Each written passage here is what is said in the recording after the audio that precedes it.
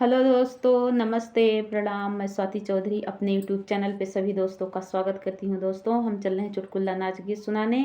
अगर आप सबको अच्छा लगे तो लाइक, सब्सक्राइब, शेयर जरूर करना दोस्तों, और कमेंट में ज़रूर बताना कि हमारा गाना आप सबको कैसा लगा। बगिया बोलेला सुगनमा तनी उड़ाई दाना नदी। बगिया बोलेला सुगनमा तनी उड़ाई दाना नदी। तनी उड़ाई दाना नदी, तनी उड़ाई दाना नदी। बगिया बोलेला सुगनमा तनी उड़ाई दाना नदी। बगिया बोलेला सुगनमा तनी उड़ाई दाना नदी। सोने की थारी में जेवना परोस्यों, सोने की थारी में जेवना परोस। तनी जेवाई दाना नदी, तनी जेवाई दाना नदी।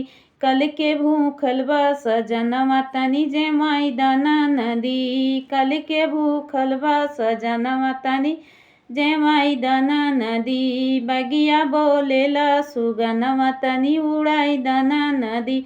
बगिया बोलेला सुगनमा तनी उड़ाई दाना नदी।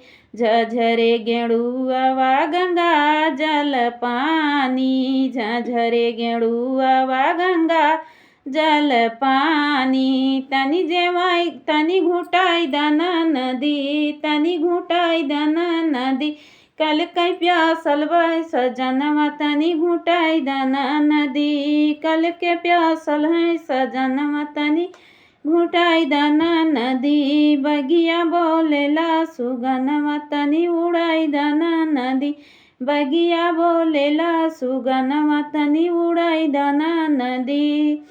तनी उड़ाई दाना नदी, तनी उड़ाई दाना नदी। बगिया बोलेला सुगनवा तनी उड़ाई दाना नदी।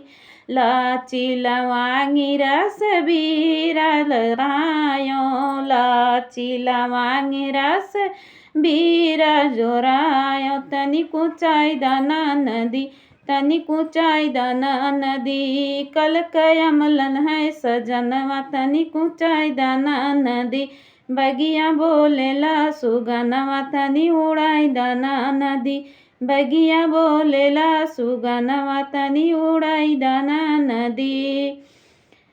सेज फूलाही झारी झारी से जल गवली, फूलाही झारी झारी से जल गवली। तनी सुताई दाना नदी, तनी सुताई दाना नदी।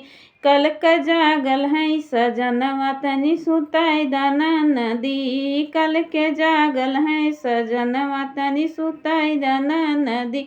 बगिया बोलेला सुगनवा तनी उड़ाई दाना नदी। बगिया बोलेला सुगनवा तनी उड़ाई दाना नदी।